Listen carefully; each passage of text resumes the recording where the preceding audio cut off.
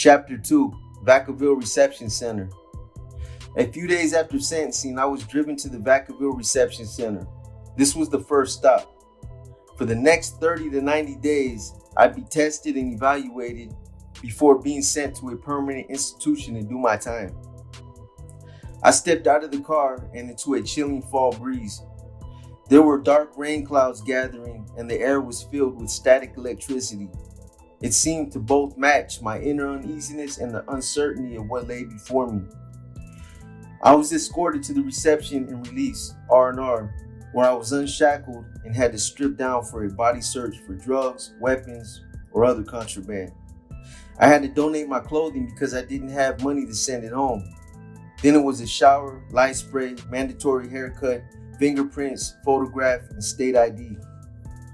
I was surprised and relieved to find that my cellie was someone I recognized from short stays in the California Youth Authority, CYA. Crackers was also on orientation. We quickly caught up with each other on what had been going on, and 30 days passed without incident. At the end of orientation, we were both cleared for GP, general population, and moved to B-Wing. We'd remain there until bused to another institution to serve out our time. We each had our own room, lots of locked doors. When I finally hit the yard, I met a couple older guys who had been there for a while. As it turned out, one of the guys' shotgun was a friend of my uncle. He was a drug addict and had tattoos to cover his needle marks. His partner's name was Babo.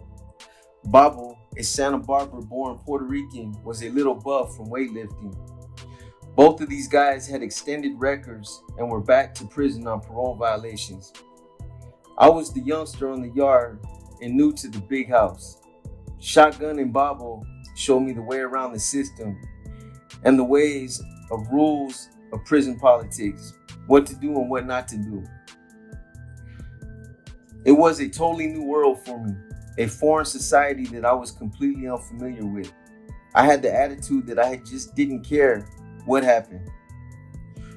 When I'd been in CYA, it hadn't seemed that bad. There were rules, sure, but nothing compared to prison. Being told what to do, when to do it, how to do it, it didn't sit well with me. It just fueled my anger. Shotgun and Babo were a big help in keeping me steered away from particular people, certain groups and gangs. They taught me a lot of things, one of which was no gambling. CYA was one thing, but in the penitentiary, there are older, more experienced men that have plenty of ways of getting things out of you or manipulating you into doing things you wouldn't normally do. The 90 days were up for Shotgun and Babo. They were both sent to San Quentin prison near San Francisco. I hated to see them go. They were both very encouraging, and the wisdom they shared was invaluable. They wished me luck, and we parted ways. Over a dinner of spaghetti, salad, green peas, and pudding, Crackers told me he'd seen his counselor and had been approved for Soledad Prison North. We talked it over and knew that because of our ages, we'd only be approved for one of two places, Soledad North Yard or Dual Vocational Institute, DVI at Tracy. We agreed that I would try for Soledad, so at least we'd know somebody when we got there. Neither of us had been to Soledad before and knew nothing about it, except the rumors we heard around the yard. A couple of days later, I was called to the counselor's office and given a choice of one of the two prisons mentioned.